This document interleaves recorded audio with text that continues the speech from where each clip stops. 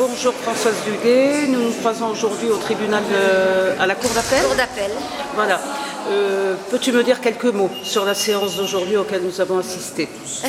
Aujourd'hui, très belle plaidoirie de Maître Clément, bien sûr, Oui.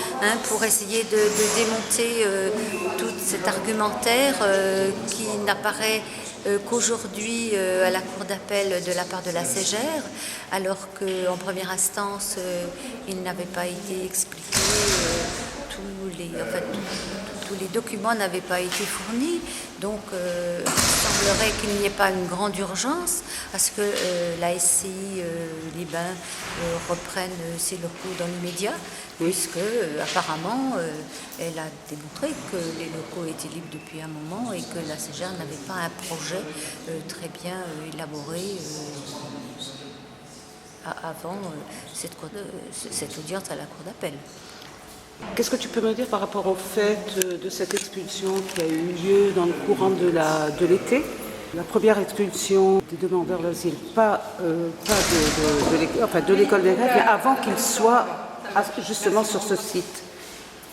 Oui, nous avons été très surpris de l'expulsion début juillet de l'école des greffes, parce que nous étions quand même en lien fréquent avec les services de la préfecture. Nous avions commencé à l'époque un état des lieux, à savoir nous avions étudié les dossiers des personnes qui étaient hébergées dans cette école des greffes, et nous devions, à partir du travail que nous avions fait, rencontrer la préfecture et voir les solutions de relogement avec eux.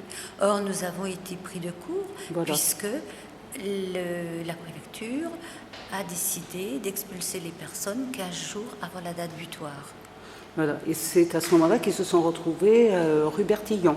Oui, donc à ce moment-là, ça a été vraiment une grande détresse pour la plupart d'entre eux. Bon, un certain nombre ont été relogés dans des départements voisins. C'était toutes les personnes qui étaient en cours de demande, qui étaient en cours de procédure de demande d'asile, mais toutes les personnes qui étaient en procédure prioritaire et pour lesquelles ce fameux recours n'est toujours pas suspensif, et ils ne peuvent donc prétendre à aucun hébergement. Toutes ces personnes se sont retrouvées en détresse rue Bertillon. Et c'est pour soulager effectivement le squat de la rue Bertillon que cette bâtisse de la rue des Petites Roches a donc été occupée par les demandeurs d'asile. Très bien. Là, il va y avoir un délai assez court. Mais oui, enfin, le 11 septembre. Voilà. Je pense que ça peut être positif pour peut-être avoir une position de repli, peut-être quelque chose pour les demandeurs d'asile.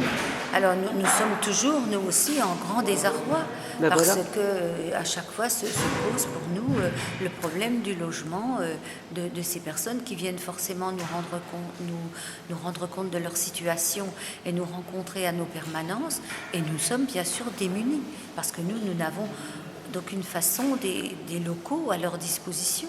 Donc c'est toujours un éternel recommencement, une éternelle quête de structures d'accueil pour ces personnes.